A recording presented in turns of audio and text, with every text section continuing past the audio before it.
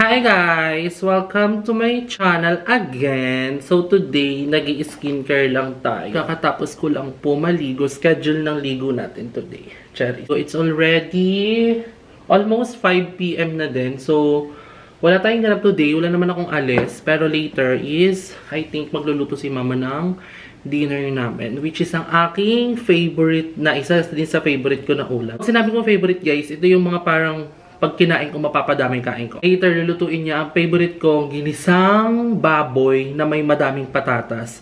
Hindi ko ma-explain paano siya lutuin, pero mamaya papakita ko na lang. Pero masarap siya. Super dry na naman ang aking face. Ginagamit ko lang itong ubos na nga siya actually. Itong Centella Asiatica ko na Madagascar. Kineme. Ampule to guys. Super nice nito. Pero, booster siya. So, maybe magre-repurchase ako niyan. Etong ginagamit kong tatlo, kung di ko to gagamitin, ide-diretso makeup ko lang siya or sunscreen. Magpapachi-pachi lang siya sa mukha ko. Hindi po parang nakapatong siya, tas mamumuo lang siya sa mukha ko. Then, kapag nag-dry na siya, lahat ng mention ko sa inyong product, guys, nasa yellow basket ko to.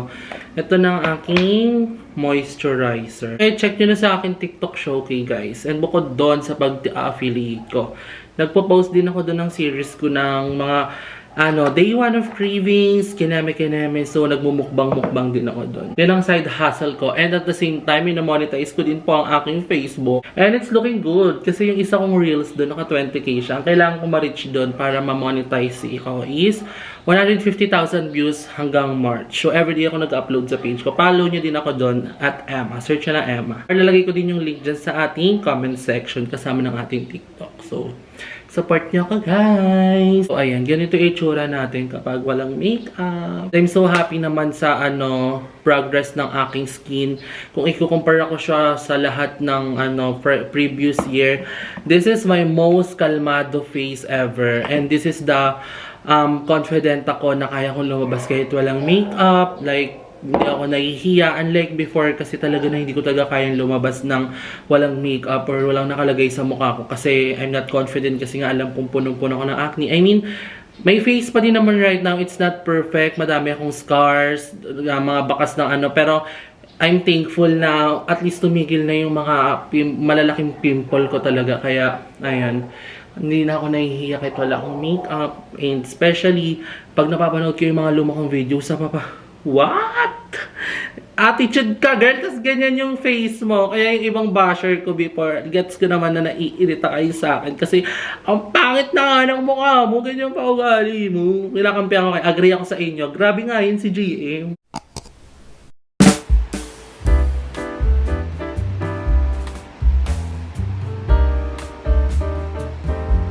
Hi guys! Welcome back to my channel for the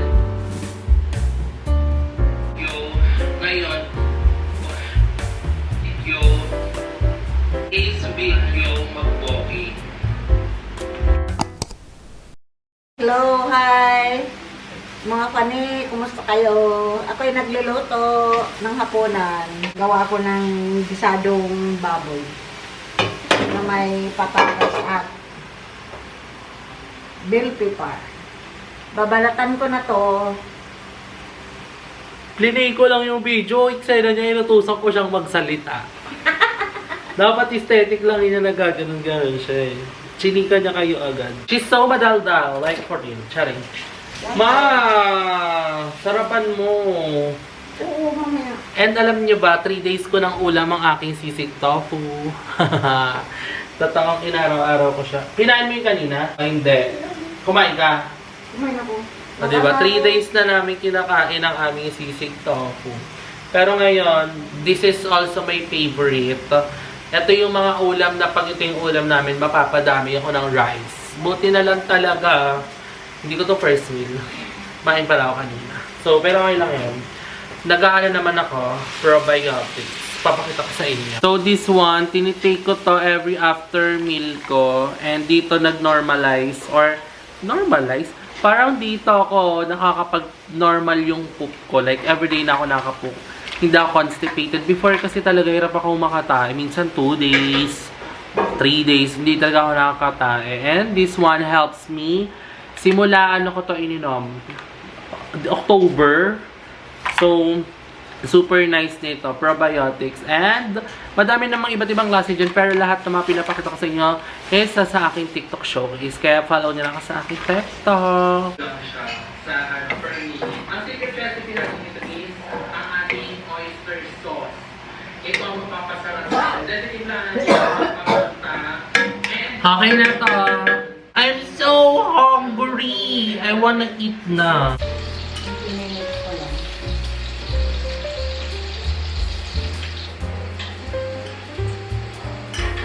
Then, iluwain natin yung chicken poppers na mas maliliit para may naman chicken siya. Chicken poppers. And ang sarap na. Tahimik na, ma'am. Gutom na gutom. So, kain tayo. Kainin ko yung tira kong sliced mango with salted egg. Harap ko kung paano nila ko ano. Kumain, naman na natin itong ating probiotics para ma-flush out din natin siya by tomorrow or after 8 hours ng ating pagkain. And 700 ml of water.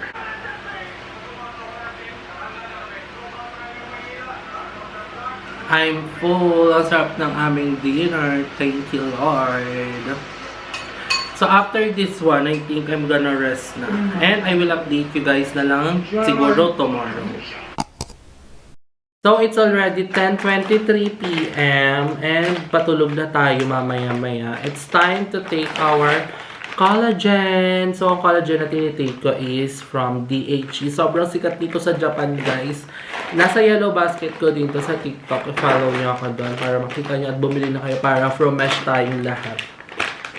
So, meron na itong kasamang vitamin C and mismong collagen. Kaya, ano pang inaantay nyo? Bili na! So, maliliit na tablet lang naman to, guys. Kaya, kahit 6 pieces, ang iinumin nyo per day, hindi kayo matuduwal or parang mahirapan uminom.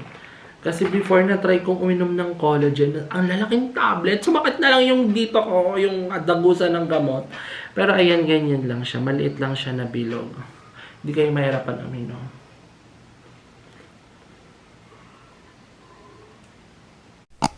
Keep chasing payment even if should I leave it there even if it There's a life you died for. I can see it right. Make him smile. Real, take a chance. So hi guys, this is me the next day and I just did my coffee lang.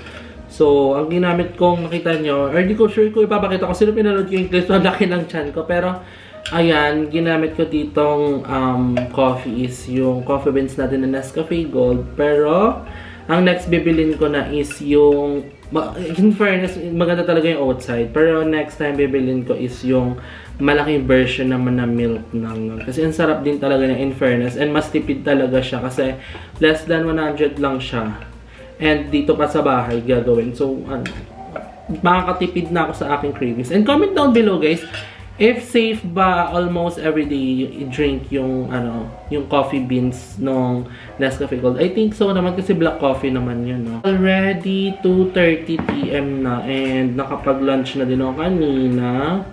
Yung lunch lang din namin kagabi. Pero si Mama is nagluto ng kanilang ulam na tinolang seafood. Pwede ba? Alam niyo ba yun? Tinolang seafood. Yung may hipon tsaka tahong. Tapos, ang nagluto din si Mama ng kanyang paksiw. So, madami silang ulam ni William ngayon. Kasi hindi ako nakain ng paksiw. And, yung tinola, kumakain naman ako. Gusto ko lang din kayong chikahin today dahil it's already March na pala. Sobrang bilis ng araw, ng buwan.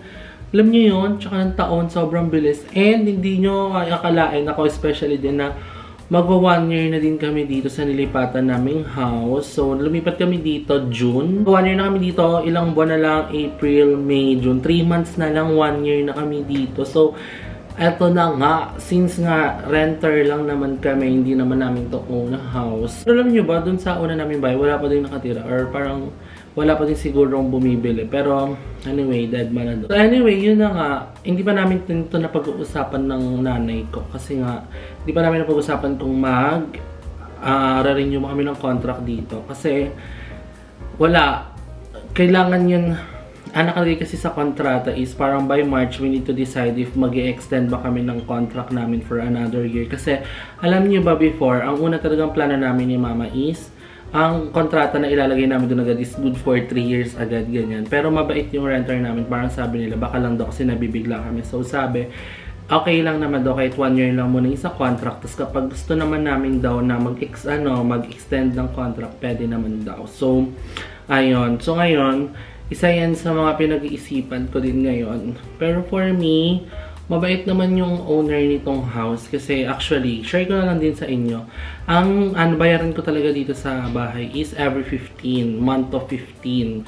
Kaso nga lang, since ang sahod ko is 23, so 23 ako lagi nakapagbayad. Though nag-add naman ako ng penalty fee. So pero ayun, pero almost kasi ganun na akong date lagi nagbabayad, and super understanding naman sila. So yun, nakabayad naman ako. So dapat palang ginawa ko nung una, hindi ko pinalagay sa paper na 15 yung every bayad ko, since nga ang sahod ko, alam mo yun, medyo alanganin siya.